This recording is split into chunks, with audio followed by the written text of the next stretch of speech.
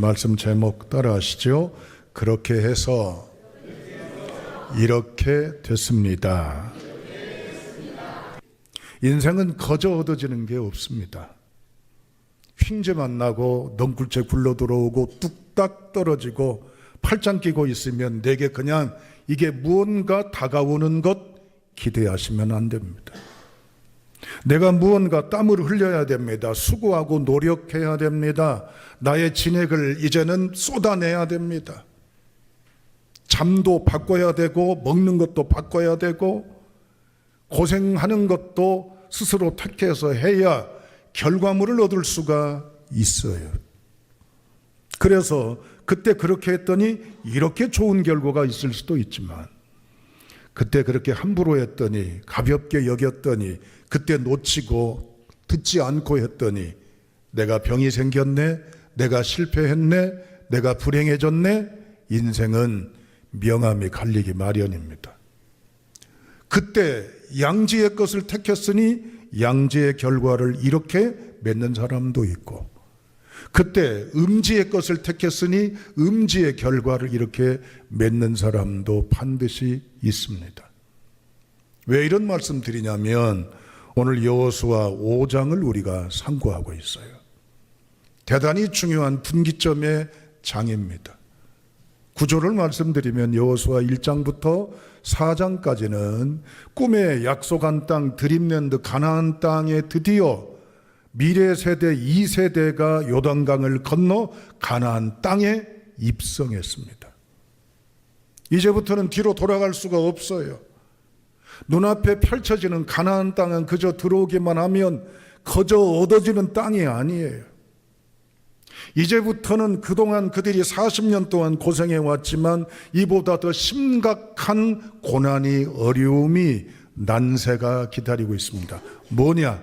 전쟁을 해야 돼요. 6장부터 보면 6장에는요 여리고성을 정복하는 사건이 기록되어 있어요. 7장 8장에는 아이성을 정복하는 사건이 기록되어 있습니다. 9장 이하에 보면 기브온성을 정복하는 사건이 기록되어 있습니다. 여리고성은 어떻게 무너졌죠?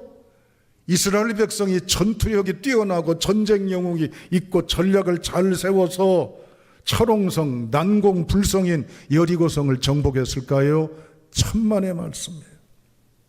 상상 밖에, 전략 밖에, 전술 밖에 믿어지지 않는 이적이 신비한 일이 나타나서 그들이 한 것에 비하면 엄청난 성과를 거두는 반전이 일어나는 전투의 현장입니다. 결국 5장은 뭐예요? 5장에서 이렇게 했더니 여리고성이 정복되었다. 이 연결성을 준 장면이 바로 오늘 여호수아 5장의 말씀임을 여러분 놓쳐서는 안 됩니다. 그렇기 때문에 비록 우리가 5장을 읽었지만 이제 6장의 말씀과 연결지어서 하나님의 우리에게 향하신 뜻, 이렇게 살아라 나의 택한 백성들아, 이런 삶을 살아라고 요청하시는 복음의 초청에 결단하시는 모든 성도가 다 되시기를 주님의 이름으로 축복합니다. 먼저 여리고성을 생각을 해봐야 돼요. 여리고성이 위치한 것이 가나안의 중부 지역에 위치해 있습니다. 가나안은 도시국가들이 형성되어 있어요. 그럴 때 각자 도생입니다. 평상시에는 각각의 힘과 여건을 가지고 생존해요. 그러나 어떤 어려움이 생겼다 그러면 주변에 있는 도시 국가들이 서로 연합을 해가지고 어떠한 외침이나 어떠한 국난이나 어떠한 어려움이 있으면 함께 힘을 모아서 타개하는 게 가나안의 풍토이기도 합니다. 그런데 이 가나안의 여리고성은 전략적으로 허리에 위치해 있습니다. 가나안 땅에. 그렇기 때문에 허리와 같은 여리고성을 점령한다는 것은 가나안 남북 전체를 점령하는데 아주 절대적인 요충지를 차지하게 되는 겁니다. 여리고성은요 규모가 한 10,000평 정도 됩니다. 넓이가 200m, 길이가 100m, 둘레가 600m 규모입니다. 가늠이 안 됐지요? 성인의 걸음으로 걸으라 치면 30분이면 싹 성 한 바퀴를 돌아요. 그러니까 규모가 그렇게 크지는 않습니다. 그런데 고대 국가의 도시 국가 철옹성으로 세워진 아주 특별한 성이기도 합니다. 왜냐하면 성 안에는 1,500명에서 2,000명 정도 거주했었는데 성 안팎에 한 2만 명 정도 그 당시 고대 국가 시절에 살았어요. 2만 명이면 여러분 우리 현대 인구로 따지면 안 됩니다. 요즘 인구로 말하면 20만, 200만 규모가 될 수가 있는 엄청난 도시예요. 그런데 왜 철옹성이냐면 여리고성 안에 물이 있고 식량이 충분히 구축되어 있어요. 그리고 이 성의 구조를 보면은요, 밖에 35도 각도의 성벽이 있습니다. 옹벽으로 되어 있어요. 이게 한 5m, 4, 5m 정도가 됩니다. 그런데 이 옹벽으로 되어 있는 이 성벽 위에 흙과 벽돌로 세운 7, 8m나 되는 높이의 또 성곽이 외곽성이 세워져 있어요. 그러니까 높이가 볼 때는 어때요? 한 10몇 미터 되겠지요? 이 성을 함부로 침략할 수가 없습니다. 이 성을 침략하다간 백전백패, 한 번도 정복되지 않는, 함락되지 않은 철옹성입니다. 그런데 고대 전쟁사에 보게 되면은 어떤 규모의 성이든지 성을 치려면 준비 기간이 3개월 정도 걸립니다. 3개월 정도 걸리는데 방법은 이 성 높이만큼 밖에다가 토성을 쌓아요. 흙으로 그 성을 공격할 만큼의 높이에 이제는 흙으로 성을 쌓고 사다리를 놓고 이제는 군사 물자를 조달하고 군인들을 이제는 동원시켜서 3개월 정도 준비한 다음에 성을 공격하는 거예요. 그런데 아시다시피 여러분 6장에 보면 여리고 성을 공격하는데 길이 얼마나 소요가 됐어요? 단 일주일입니다. 일주일 만에 이 여리고성을 공격을 못해요. 그런데 여리고성을 정복을 했습니다. 그리고 이제는 승리했습니다. 이 전략과 전술의 최고의 전략과 전술은 뭘까요? 따라합니다. 하나님을 믿어라. 그렇습니다. 오빠 한번 믿어봐가 아니에요. 하나님을 한번 믿어보라는 얘기예요. 제가 각색을 한 거예요. 하나님을 믿는 믿음의 신앙은 내 인간 계산, 상황, 환경, 여건을 뛰어넘는 하나님이 하시는 일은 우리가 판단하는 상식과 과학과 이성을 뛰어넘는 놀라운 이적과 기적의 현장임을 믿으시기를 바랍니다. 다 같이 6장 2절 화면에 비칠 겁니다. 읽어보시죠. 읽습니다. 시작.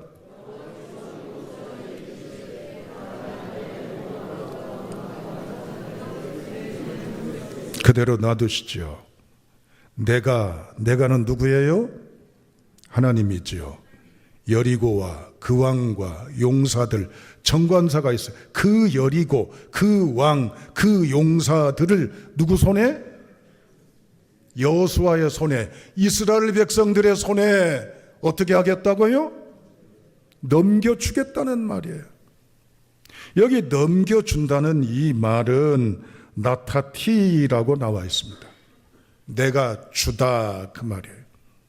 1인칭 완료 동사예요.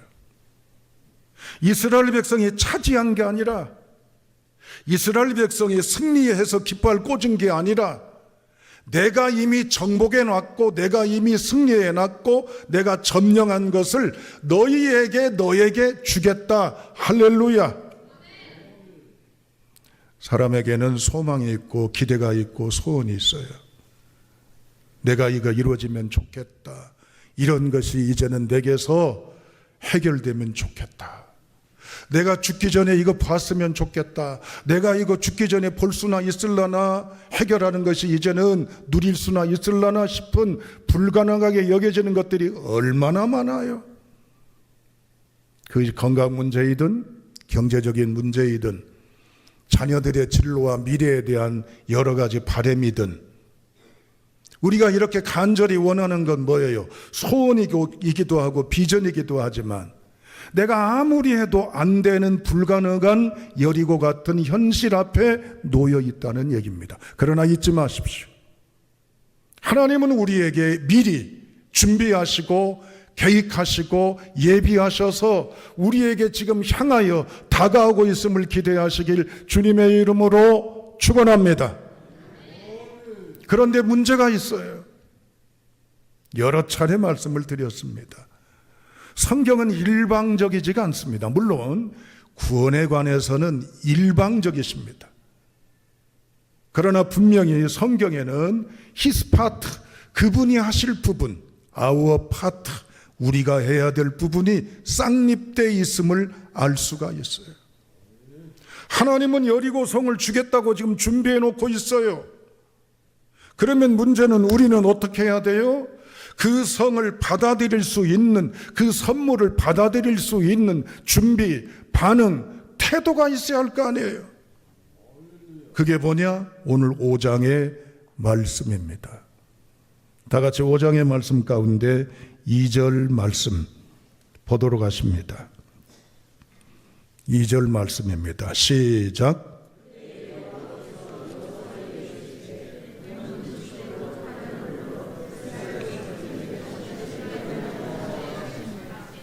아멘. 첫째, 하나님이 명령하신 게 뭡니까? 무엇을 행하라? 할례를 행하라고 그랬어요. 누구에게? 나에게. 나를 빼놓으면 안 되잖아요. 하나님은 오늘 여기 모여있는 우리에게 무엇을 행하라고요? 할례를 행하라고 그랬어요. 할례는 뭐예요? 좀 옮기기가 좀 그렇습니다만 남성들의 생식기에 표식을 내는 일종의 포경수술이기도 합니다. 이제는 가나안 땅에 들어왔어요. 다 같이 어디를 보시냐면 이제 4장 19절 말씀 볼 거예요. 4장 19절입니다. 시작. 첫째 달 10일에 백성이 요단에서 올라와 여리고 동쪽 경계 길갈에 진침해. 요단에 들어온 때가, 가나안 땅에 들어온 때가 언제냐면 첫째 달 10일에 그랬습니다. 첫째 달은 어느 때냐면 니산월 10일을 말합니다. 니산월이라고 하는 그때 당시에 1월이에요. 1월 10일 날 가나안 땅에 들어왔어요. 그런데 1호부터 4일 뒤에는 뭐가 있느냐? 따라합니다. 6월절. 6월절을 앞두고 있어요. 6월절을 앞두고 하나님은 가나안 땅에 들어온 백성들에게 할례를 행하라고 요구하셔요. 어떻게 보면 참 흉측망측한 규례 내용을 명령하시잖아요. 물어봅니다. 가나안 땅에 들어오면 이제부터 이스라엘 백성이 해야 될 게 뭘까요? 들어왔다, 쉬자, 놀자, 좋다, 관광하자. No. 전쟁을 해야 돼요. 정비를 해야 돼요. 전략을 세워야 돼요. 그런데 그때 할례를 행하면 전투에 참여할 때 구성원인 남성들은 활동이 쉬워요, 어려워요? 어렵죠. 이때 적군들이 침략해 오면 어때요? 이기겠어요? 지겠어요? 백전백패요. 그런데 하나님은 이 상황 속에, 긴박한 상황 속에 이제부터 전투를 해야 될 상황, 6장에 여리고성, 아이성, 기브온성 계속해서 전투를 끝없이 해야 될 이들에게 들어오자마자 요구한 게 뭐예요? 할례예요. 할례와 유월절은 어떤 연관이 있을까요? 하나님의 백성으로 하나님 앞에 특별한 의식, 특별한 기억, 특별한 태도, 특별한 마음을 원하셔요. 유월절은 뭡니까? 절기 예배예요. 여러분 묻습니다. 하나님께서 우리에게 특별히 주신 특권이 뭘까요? 전투의 지금 이 상황입니다. 무엇보다도 중요한 건 할례라고 말씀합니다. 내 삶에 중요하고 많은 환경과 여건이 있지만 그 중에 가장 먼저 가장 귀하게 하나님의 백성으로 하나님 앞에 놓치지 않고 중심 잡고 가야 될 게 뭘까요? 따라합니다. 예배입니다. 할렐루야. 예배는 내가 어떤 자리, 어떤 상황, 어떤 여건에 있든지 가장 먼저, 가장 귀하게, 가장 최고로, 가장 최상으로 여기는 결정의 성도가 되어야 할 줄로 믿습니다.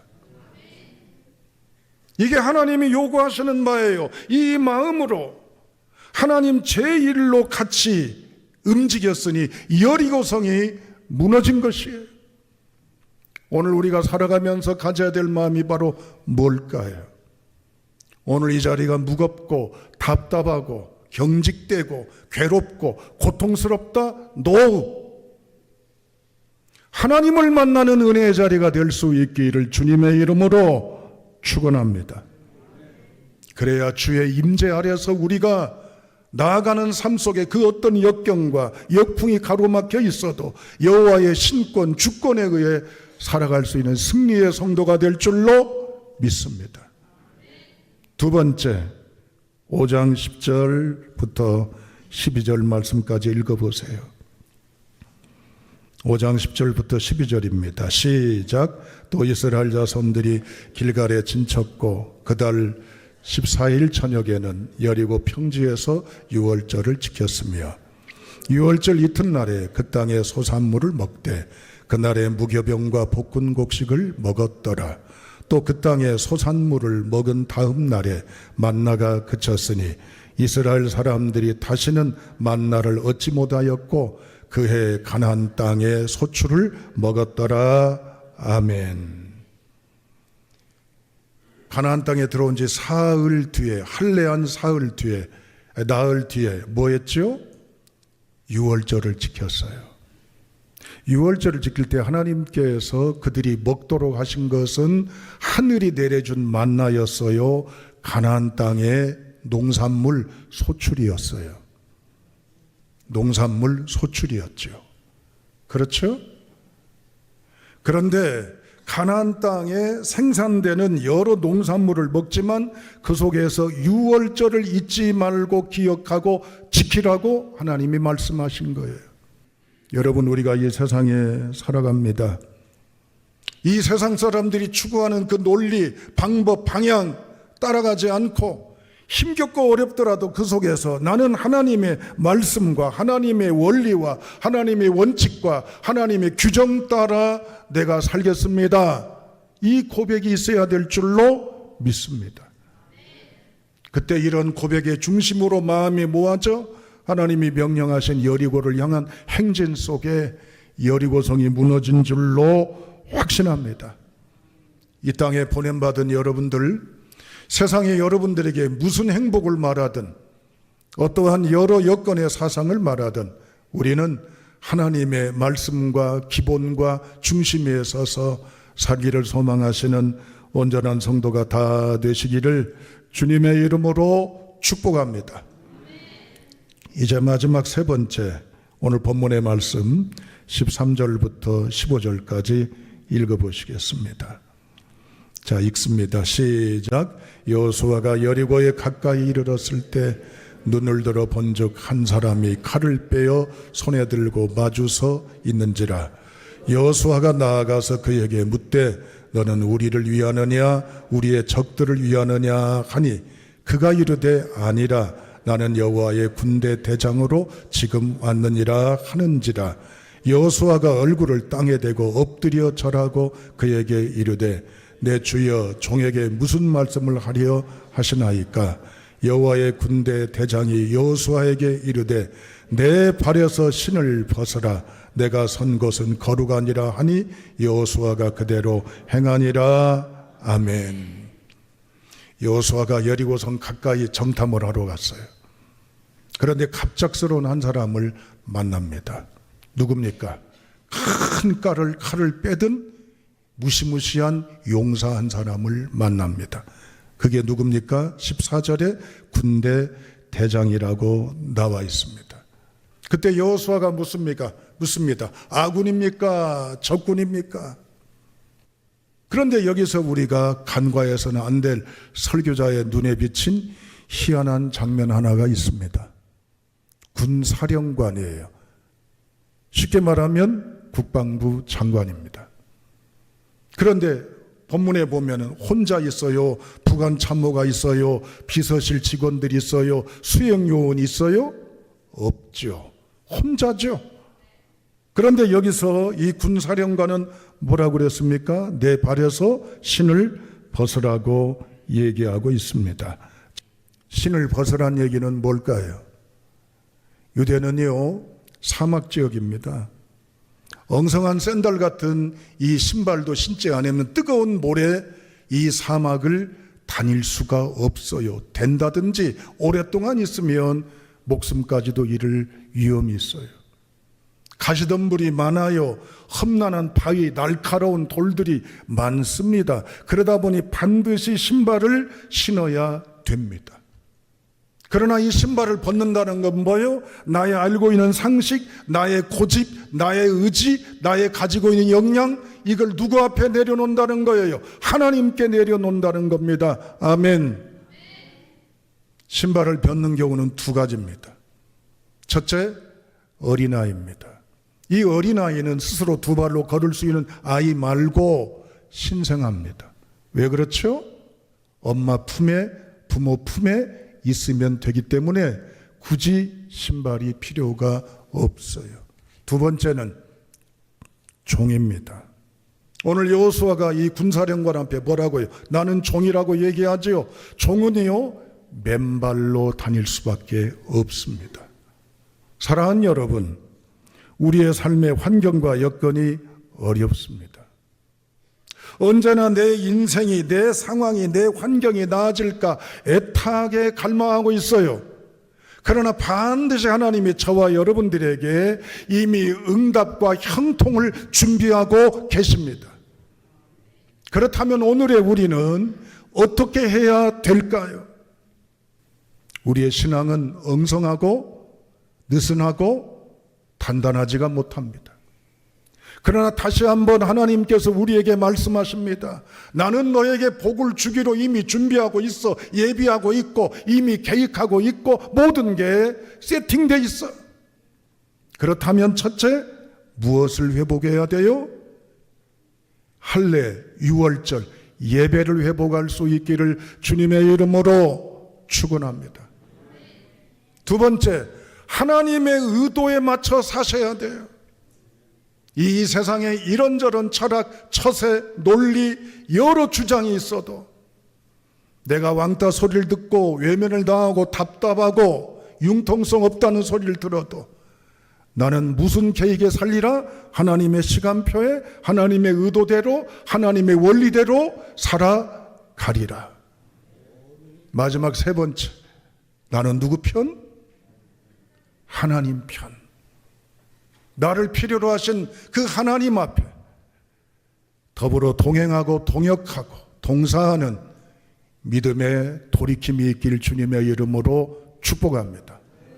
그리할 때 나아가면 여리고가 무너지듯이 여러분의 병이 떠나가고 여러분의 가난이 떠나가고 여러분의 실패가 떠나가고 여러분의 눈물이 떠나가고 여러분의 불행이 떠나갈 줄로 믿습니다. 오늘의 약속입니다. 이 말씀을 붙들고 살기를 꿈꾸시는 저와 여러분 될 수 있기를 주님의 이름으로 축원합니다. 하나님.